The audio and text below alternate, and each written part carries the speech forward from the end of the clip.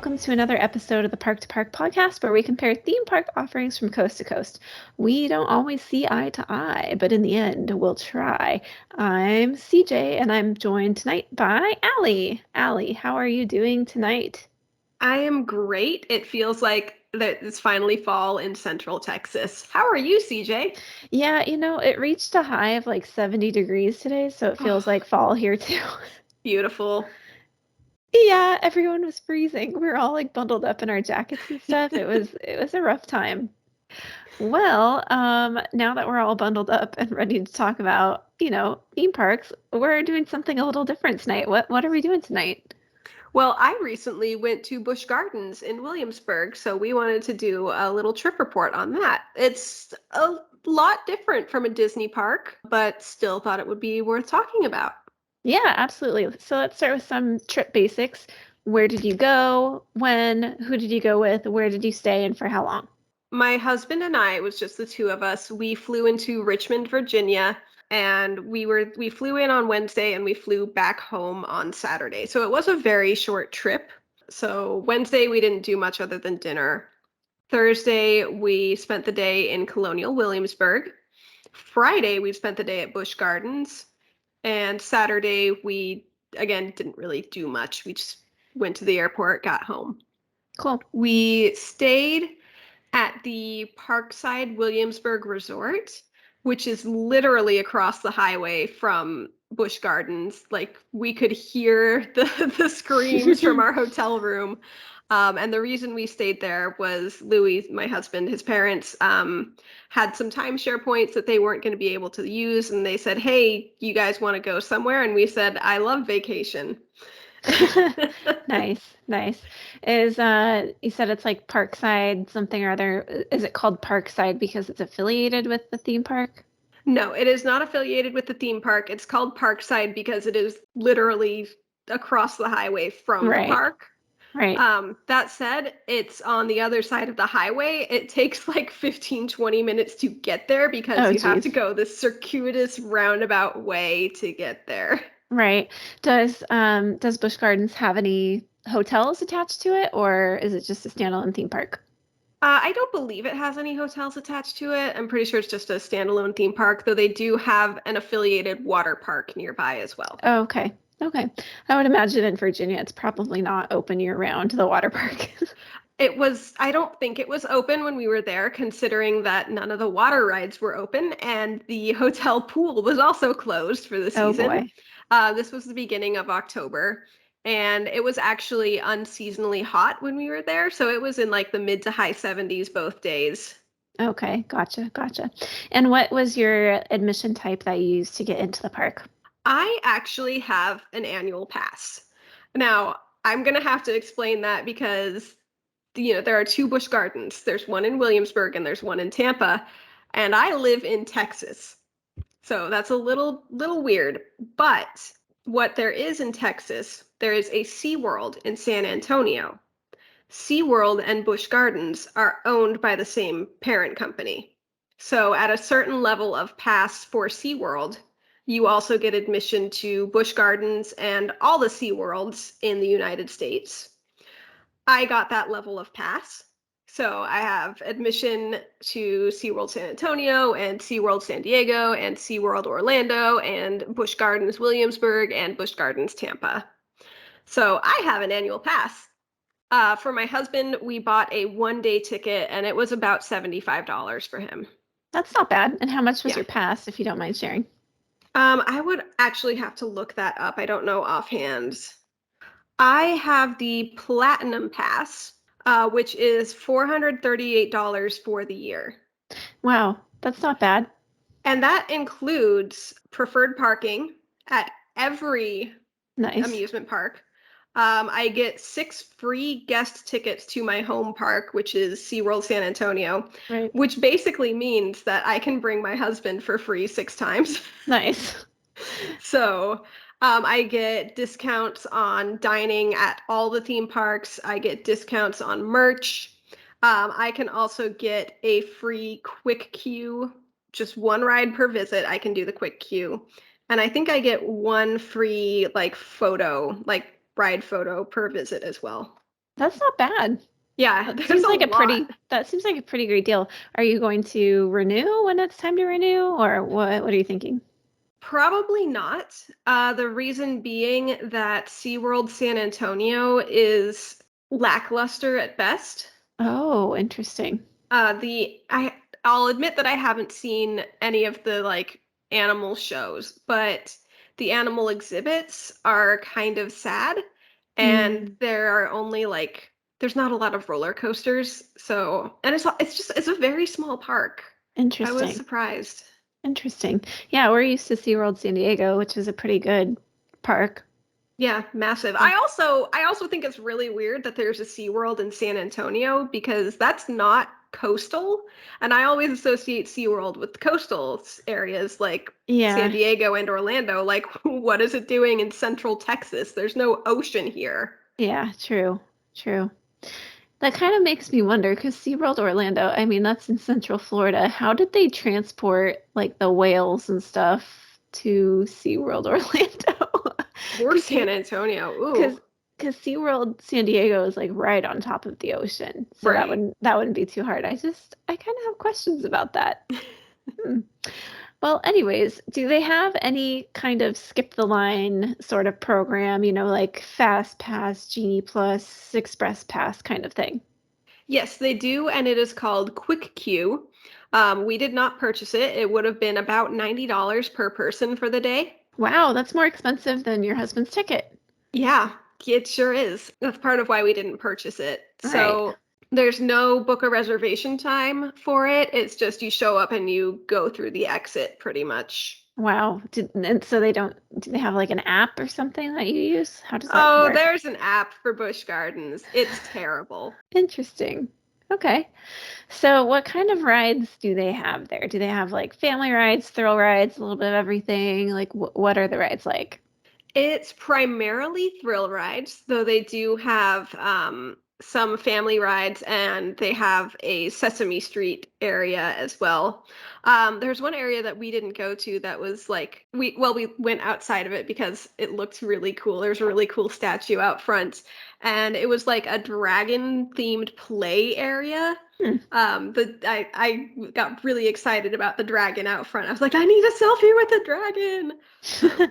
Yeah, so it is primarily geared towards thrill rides, though there are family-oriented areas as well. Okay. Okay. And how would you say they compare to Disney rides in terms of thrill level and theming and all that? Thrill level definitely far above Disney rides, with the caveat that I haven't been on Cosmic Rewind yet, so I don't have that experience with me. But I would say in terms of thrill level, way above Disney. Yeah. In terms of theming, I wouldn't say way below Disney, but definitely below Disney. And I want to say in parts, at least inspired by Disney. Oh, how so? So there was an area that was themed to Germany. So the in Busch Gardens Williamsburg, it's Europe themed. So Oh, you have the Italy land. There's also Festa Italia. You have Oktoberfest and Germany. You have France area. There's I can go into more of that later. I actually took notes on on all of them. There's Festa Italia, Italy, Oktoberfest, Germany, New France, which felt like French Canada to me, hmm, France, Scotland, England, and Ireland. So those are the interesting. like lands of the park. And there's like Sesame Street also. Yes, there's a Sesame Street area as well. Interesting. I was going to ask if there was like a theme of the park or land. I wonder why they went with like a European theme, given that it's in Williamsburg. I don't know, but I know that in Tampa it's Africa themed. Interesting. Yeah, and at the Tampa one, they have animals. They also have animals at Busch Gardens Williamsburg. Oh, interesting. So we saw there was an aviary where we saw some birds. We saw some Highland cattle, which interestingly weren't in Scotland. They were over in the Festa Italia area, which not quite. We saw some sheep. There were some Shetland ponies. There was a barn owl that they had out and perched on somebody's arm, and we just walked by and we were like, "Oh no, it wasn't a barn owl." Someone asked, "Oh, is that a barn owl?" And they said, "No, it's this type of owl." And the reason I forgot the answer to what type of owl it is was because when she said it, that owl just pooped spectacularly. Oh, And nice. the team members had to like dodge owl poop, and they did it like smoothly, like they do this all day. But I was just like, it was really funny. The owl pooped as they were answering the question. We also saw two wolves. Oh, cool. So what are some of your highlights and lowlights of the park and the visit overall? Not necessarily rides, because I'm going to ask you your favorite and least favorite rides. So one thing that I think is really nice about SeaWorld and Busch Gardens is their locker system. So as with most parks that aren't Disney, you cannot bring your belongings on the ride. They don't have a storage place for them on the ride vehicle. You have to either rent a locker or you have to basically cross over the train, put your belongings in a wire basket, and then go back and board the train, do your ride, and Hmm. hope that nobody steals your belongings while you're on the ride. So there's actually a locker system, which I think is really well implemented. It's for $10, you can get the entire day. It's a multi-use locker. So Hmm. I rented it outside of Pantheon. That's where I swiped the credit card. We put our stuff in the locker at Pantheon. We pulled it out when we got off the ride. We said end rental. We went to the next ride. We went to the locker station. We said, "Here's my ID." And it said, "Cool, you can have a locker here." Oh, So that's cool. anytime you ended a rental at one station, you could go freely start a rental at another station. And I think it's a really great value for $10 to Yeah. have a locker you can move anywhere all day. That's Yeah. a really great value. Yeah, that is. And I feel like it makes sense for them to make you do that because the rides are more intense and they don't want people's Yes. stuff flying everywhere. That reminds me, last time I was at Knott's Berry Farm, I was chaperoning like a Bradley? field trip to Knott's Scary Farm. Oh, okay. And we were near the park entrance, and there's a ride that kind of like does a flip somewhere near the park entrance, and something fell out of the ride vehicle and hit like their little roof over like I don't remember if it was the entrance or like the bathrooms or like guest relations or whatever near the entrance, but there's like Spanish tile roofs over there. And something like hit that and like broke a roof tile, and we were standing like really close to there, and I was like, whoa, that could have been really bad if that like hit somebody in the head. So yeah, it's probably good that they have that locker system just Yes. from a safety perspective. Yeah, they have these boxes with these shattered cell phones that say the ride always wins. Yeah. And just as a side note, if you haven't heard this story, at Universal Orlando, one of the reasons that they closed Dueling Dragons is because something fell out of somebody's pocket and knocked somebody's eye out. Oh my goodness. Yeah, Wow, wow. yeah. Okay. Yeah, the Disney So rides are don't not bring that your intense. belongings on the thrill rides, please. Yeah, the Disney rides are not that intense, although maybe they should do that on a rock and roller coaster. I don't know, maybe. So what was a low light of your visit overall? Not ride Oh, related. the wasps. Okay. So Busch Gardens, Virginia has a wasp problem. There's whatever species of wasp this is. They really like congregating around tall structures when the weather's really nice, as it was when we were there. You know what? You know what's a really nice big tall structure? A roller coaster. That's so weird. Yeah, so a lot of the rides, we ended up doing like 2.5 laps of the park because you Hmm. go around in a circular pattern. There's not a central hub. Or if there was, it was not obvious for us. Because we had to do 2.5 laps of the park in order to get all of the rides done because we went over to Griffin and it said, "Hey, we're closed for the day due to wasps."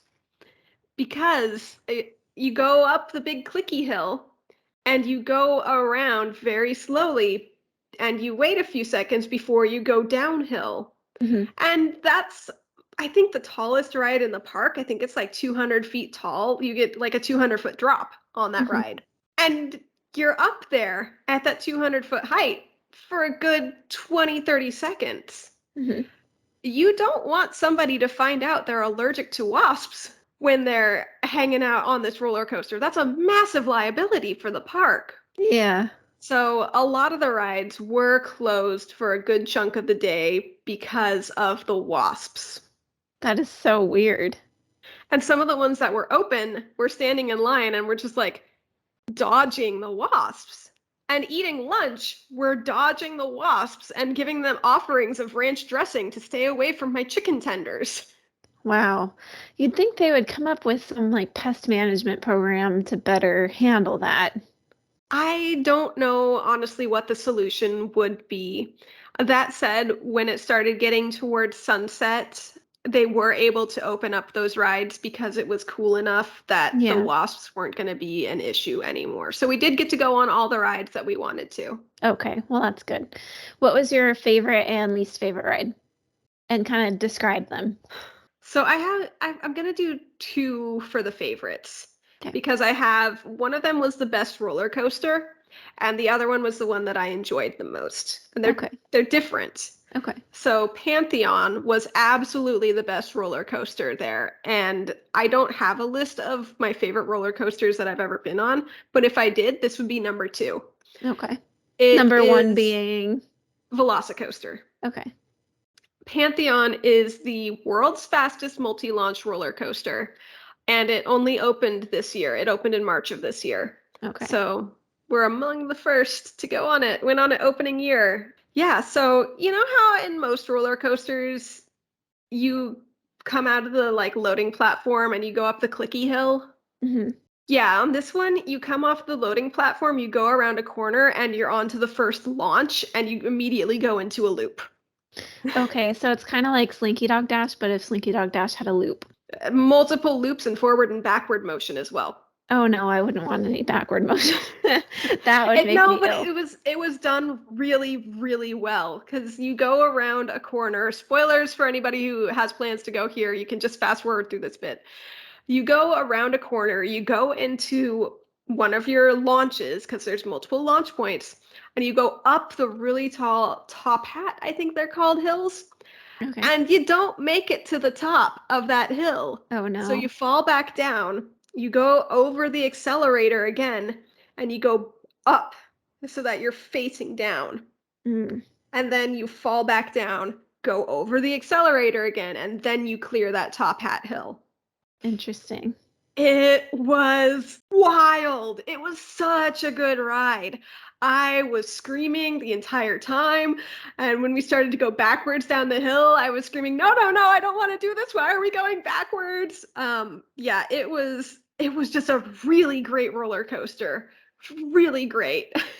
So on these roller coasters, do they have like music playing? Because I'm picturing like Space Mountain Rock and Roller Coaster, like where there's music going on.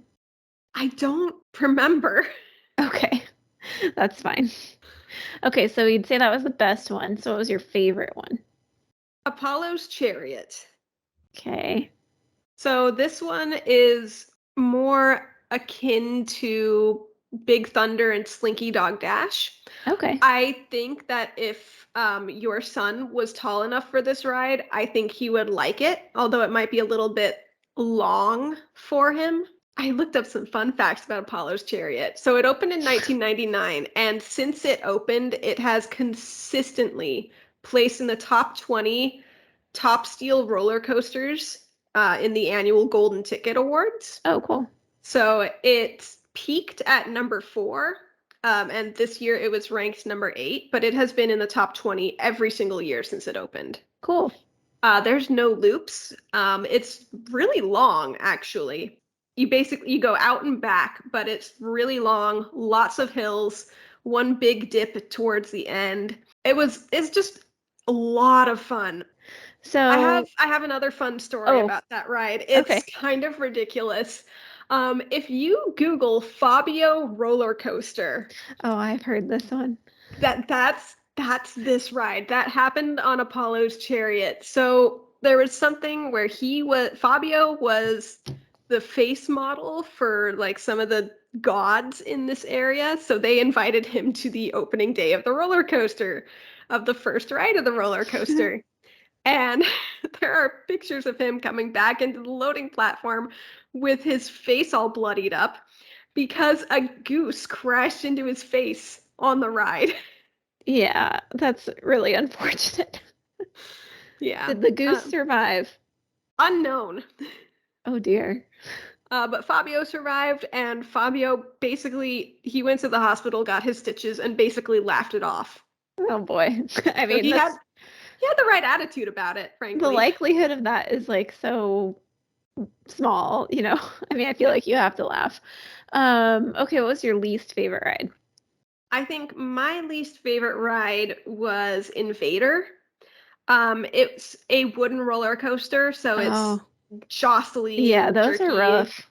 And they were only running one car, so it was a really long, arduous wait because Yeah. there was just one car running. You know, we could see the like front of the queue for the long time, but we were just moving so slowly because one car. Yeah. How long were the wait times in general? You know, I wasn't checking my watch all the time.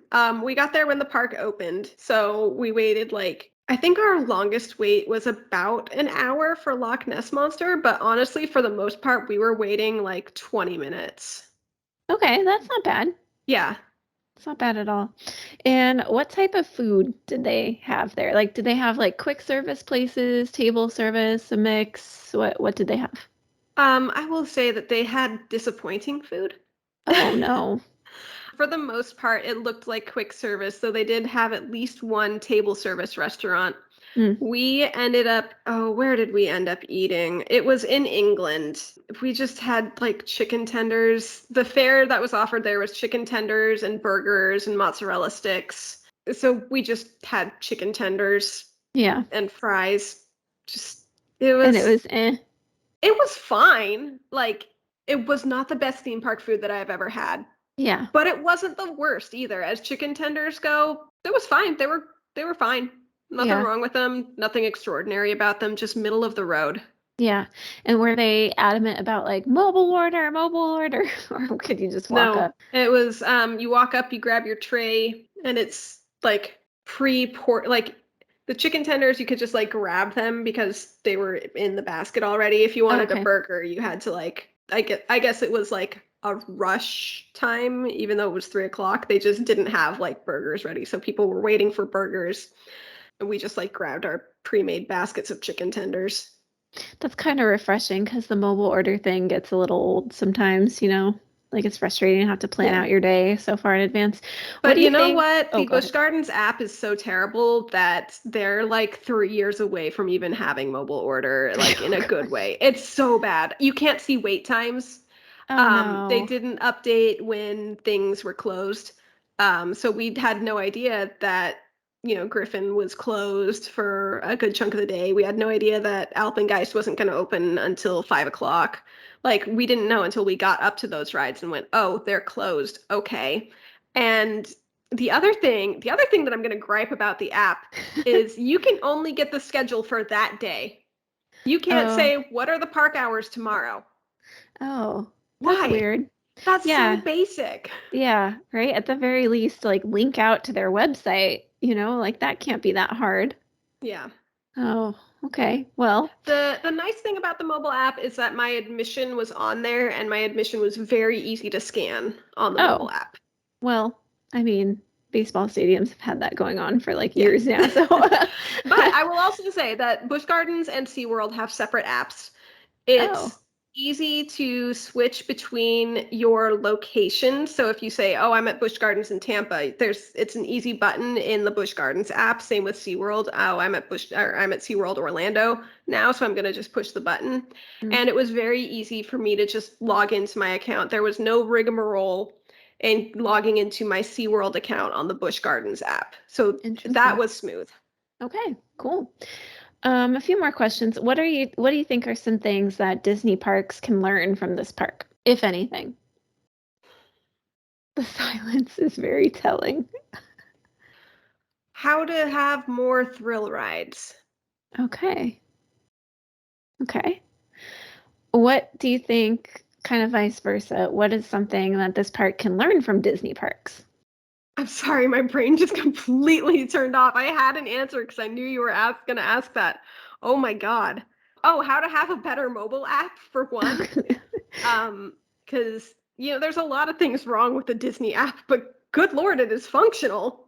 Mine is not functional. I open it and it closes like 4 times, and then it finally decides to start working. I literally only use the mobile app at Busch Gardens for admission and to look at the park map. That's it. Yikes. Yikes. I guess I used it to figure out like where restaurants are as well. But I didn't use it for schedule. I couldn't use it for wait times because those were non-existent on the app. So yeah, how to have a better app. I am also of the opinion that the non-Disney parks need to be more size inclusive. So Mm, having roller coasters that are, more people can fit on. mhm. I feel like that needs to be a more common thing Yeah. outside of the Disney parks. And I Yeah. understand that there are safety issues, but it's 2022. Figure Like, it out. yeah, get get it together, roller coaster makers. Yes. How does this park compare to other non-Disney parks that you visited? Well, it's better than SeaWorld San Antonio. Okay. I would say it's on par with the Six Flags that I've been to Okay. in terms of bang for your buck and expectations. Hmm. Okay. Would you go back? Yeah, I think I would go back to this. Okay. So if you were Maybe in like visiting in like Virginia, 5 you'd go. years. Okay. Okay. And last question, you visited Colonial Williamsburg. Would you recommend that if you were in the area? Yes, it was very cool. So you and I went to like Plymouth and Jamestown on Mhm. vacation with family before. And I think it was Plymouth where it had people who were like pretending to be Yeah. the like Mayflower people, the pilgrims and whatever. Mm, Not the case at Williamsburg. So mm. it was very much we are, 21st century people. Very informative, totally fascinating. They talked about the history in ways that's relatable today. They also had people who were acting as historical figures, like we saw Lafayette on a horse talking to a group of high school students there. But it's living history in a practical way. Hmm. So you have the people who are there.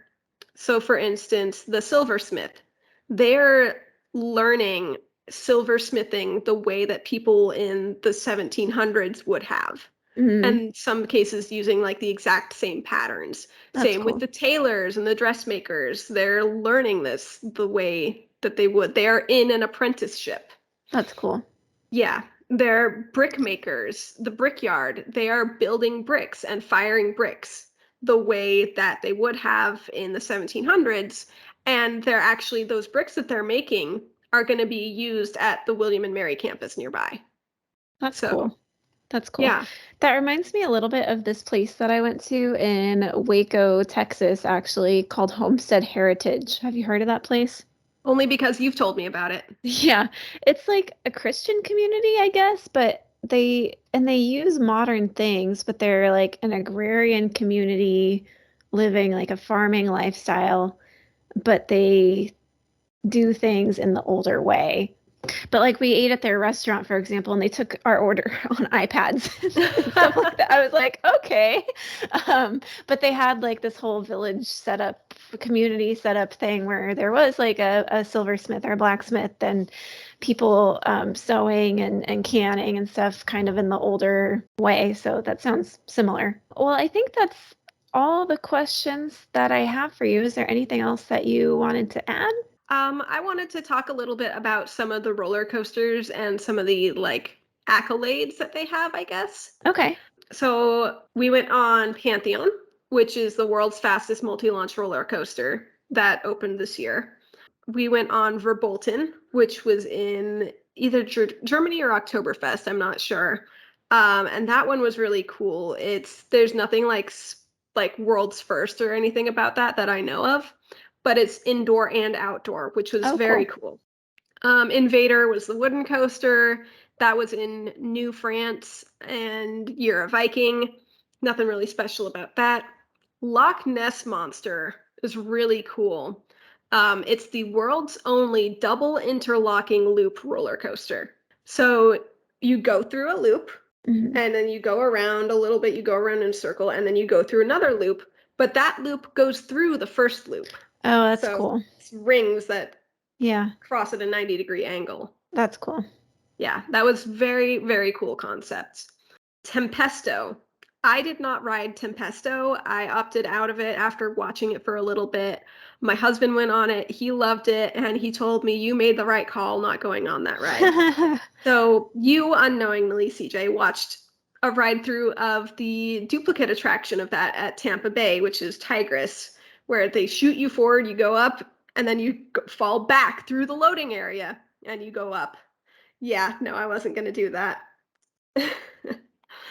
Alpengeist, one of the tallest, fastest coasters in the world. That was really fun. Really liked that. We waited around for that to open. Griffin is a floorless dive coaster. It has a 90-degree drop. You get beautiful views of Virginia. You can look out and like see the coast of Oh, Virginia cool. when you're at the top.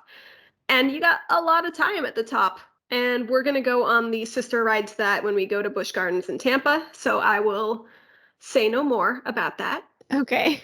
And then our last ride was Apollo's Chariot, which I already talked about. And that was it was a really great note to end on for us. The other thing is that we went during Halloween time. We went in October, so the Howl of Scream event was happening. This Oh. was not a separate park admission. This is included with your ticket. Oh, that's cool. Yeah. I don't like being scared. Yeah. I don't like jump scares. So Yeah. our goal was to get everything done by 6 o'clock so that because that's when the scare actors come out. I Mm. did not want to be scared.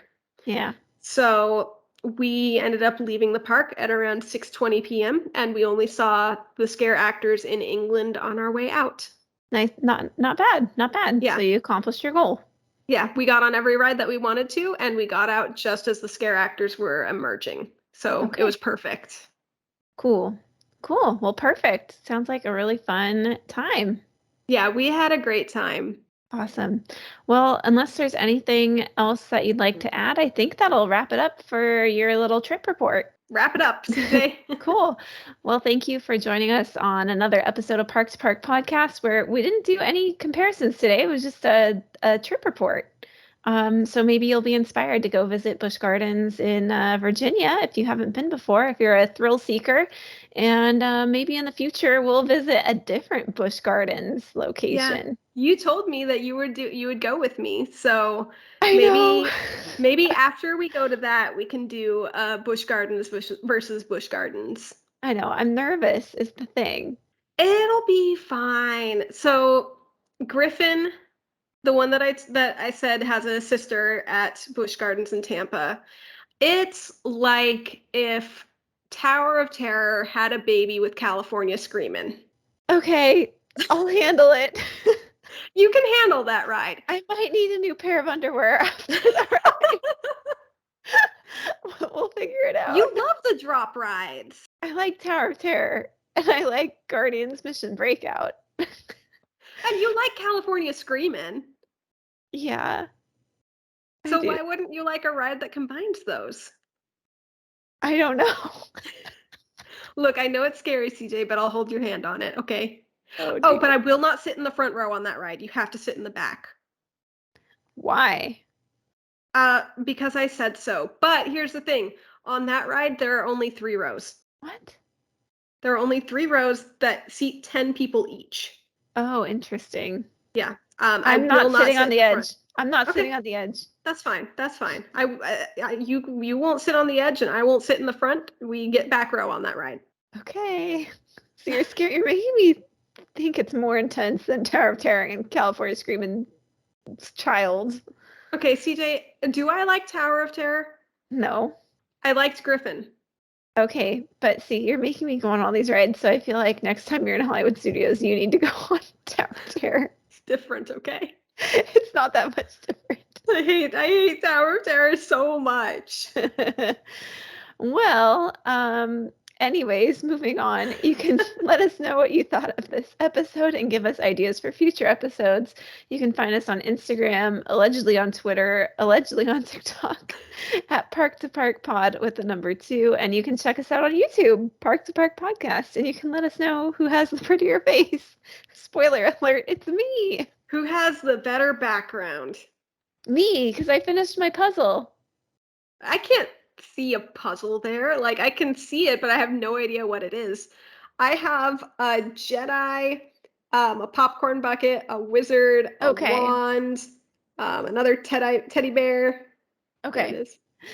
Leave us a review wherever you listen to podcasts. And our next episode, I think, will be our season 3 premiere. Yeah? We're recording this kind of out of order, but I think season 3 premiere will be our next episode. So join us this one will come out sometime in November. Well, season 3 premiere, where we talk about the e-tickets at the Walt Disney World Resort and Disneyland Resort. We'll see you next time. Thanks for joining us. Bye!